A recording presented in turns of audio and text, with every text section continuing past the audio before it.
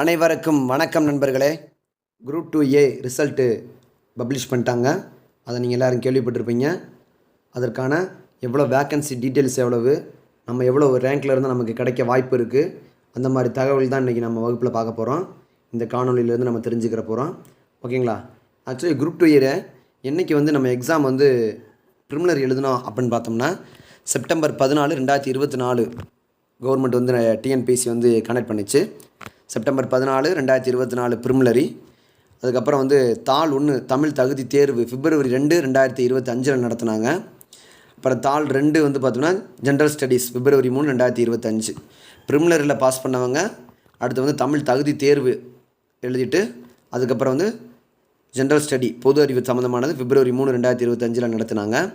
கிட்டத்தட்ட சனி ஞாயிறை தவிர்த்து government holiday தவிர்த்து கிட்டத்தட்ட 56 வேலை நாட்களில் சீக்கிரமாகவே பப்ளிஷ் பண்ணியிருக்காங்க டிஎன்பிஎஸ்சி. இதுவே ஒரு நல்ல விஷயந்தான். இதுக்கு முன்னாடி இப்படி பப்ளிஷ் பண்ணது கிடையாது, ஆனால் இப்போ பப்ளிஷ் பண்ணியிருக்காங்க. ரொம்ப நன்றி. அதுக்கப்புறம் பார்த்தோம்னா ரிசல்ட்டு தான் மே 5, 2025 வெளியிட்டிருக்காங்க. குரூப் 2A ரிசல்ட்டில் பார்த்தோம்னா பேப்பர் 1 பார்த்தோம்னா நமக்கு காமன் தமிழ் எலிஜிபிலிட்டி டெஸ்ட்டாக தான் இருக்கும். ஸோ அதில் 40 கொஸ்டின் எடுத்திருந்தாலே போதும். 40 கொஸ்டின் எடுத்திருந்தாலே போதும். நம்ம தகுதி 40 கொஸ்டின்ஸ் எடுத்திருந்தாலே போதும். தகுதி பேப்பராக தான் கன்சிடர் பண்ணுவாங்க. இதை பார்த்திங்கன்னா டோட்டல் மார்க்கில் ஆட் பண்ண மாட்டாங்க. ஓகேங்களா? அப்போ பேப்பர் 2ன்றது ஜென்ரல் ஸ்டடீஸ், இதை தான் நமக்கு ஆட் பண்ணுவாங்க. இது அப்ஜெக்டிவ் டைப்பில் தான் இருக்கும். ஸோ அந்த அப்ஜெக்டிவ் கொஸ்டின்ஸ் தான் எல்லாமே இருக்கும். டிஸ்கிரிப்ட் டைப் கிடையாது குரூப் 2A. ஸோ எல்லாமே என்ன பண்ணியிருப்பாங்க, அப்ஜெக்டிவ் டைப்பில் தான் ஆன்சர் பண்ணியிருப்பாங்க. இதில் பேப்பர் 1 தமிழ் மீடியமாக இருந்தாலும் இங்கிலீஷ் மீடியமாக இருந்தாலும் 40 மார்க் 40 கொஸ்டின்ஸ் என்ன பண்ணியிருப்பாங்க அப்படின்னா தமிழ் எலிஜிபிலிட்டி எடுத்துருந்துருக்கணுவாங்க. ஓகேங்களா? அதில் பார்த்தோம்னா பேப்பர் 2 பொறுத்த வரைக்கும் நமக்கு ஜென்ரல் ஸ்டடீஸ். இப்போ இந்த குரூப் 2A பார்த்தோம்னா அடிக்கடி பார்த்தோன்னா கவர்மெண்ட் வெளியிட்றப்போ பார்த்தோம்னா கிட்டத்தட்ட 2200 சம்திங் சொல்லியிருந்தாங்க வேக்கன்சி. அதுக்கப்புறம் ஒரு 213 ஆட் பண்ணி 2520 வரைக்கும் நம்ம வேக்கன்சி ஆட் ஆச்சு. அதுக்கப்புறம் 2024 அப்புறம் ஆடண்டம் சொல்லி 8A, 8B, 8C, 8D, 8E வரைக்கும் இப்போ நமக்கு அப்டேட் பண்ணியிருக்காங்க. ரூல்ஸை போட்டு நிறையா வேக்கன்சி கூட்டியிருக்காங்க, நிறையா வேக்கன்சி கழிச்சிருக்காங்க. அதன் அடிப்படையில் இப்போ குரூப் 2A ரிசல்ட்டுக்கு பார்த்தோம்னா டோட்டல் வேக்கன்சி மொத்தம் எத்தனை இருக்குது அப்படின்னா 1943 வேக்கன்சி இருக்குது இப்போ கரண்ட்டில். ஓகேங்களா? இல்லை ஜென்ரலில் பார்த்தோம்னா 62 இருக்குது. ஜென்ரல் ஓப்பனில் நம்ம நல்ல மார்க் எடுத்திருந்தோம்னா 602 ஓப்பன்லேயே போனால் நம்ம குரூப் 2Aலேயே பார்த்திங்கன்னா குரூப் 2 இன்டர்வியூ போஸ்ட்டுக்கு சம்மந்தமான அதாவது ஈக்குவலான ஒரு சேலரி கிடைக்கிறதுக்கான வாய்ப்புகள் இருக்குது. ஓகேங்களா? இல்லாட்டி குரூப் 4க்கும் குரூப் 2Aக்கும் வித்தியாசமே பார்த்தோம்னா சம்பளம் ஒரு 1000ரூவாலேருந்து 1500 தான் கூட வரும். ரொம்பலாம் வித்தியாசம் வராது. ஓகேங்களா? அதுக்கப்புறம் பிசியில் பார்த்தோம்னா நம்ம ஒரு 514 இருந்தோம்னா இது கிடைக்க நமக்கு வாய்ப்புகள் இருக்குது. பிசி கேட்டகரியில் பிசி கம்யூனிட்டியில் இருக்கோம்னா. அடுத்து பிசிஎம் முஸ்லீமில் பொறுத்த வரைக்கும் 68 இருந்தோம்னா ரேங்க் எல்லாமே ரேங்க்கில் இருந்தோம்னா நமக்கு கிடைக்க வாய்ப்புகள் இருக்குது. அடுத்து எம்பிசி டிஎன்சி இதில் 389 இது ஓவரால் ரேங்க்கு.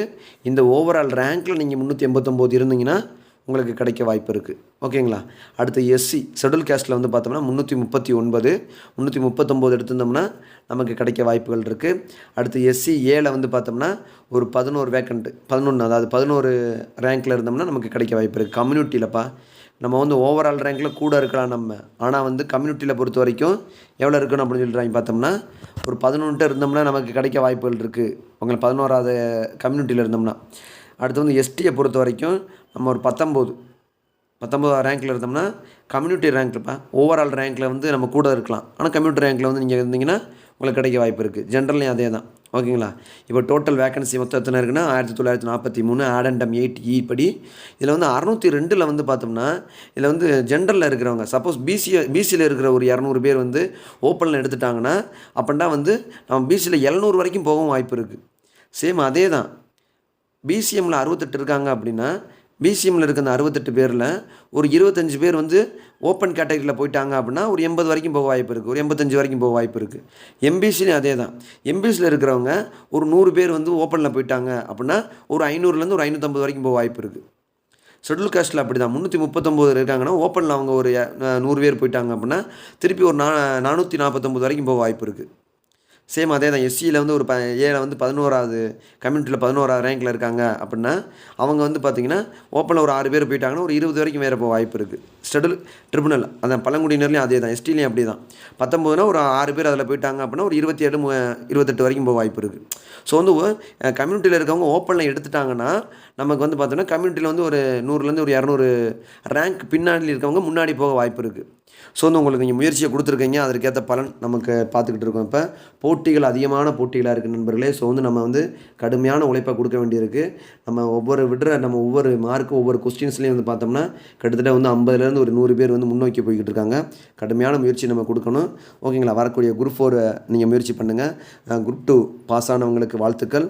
அடுத்து இதை தவற விட்டவங்க வந்து நம்பிக்கை இழக்க வேணாம்.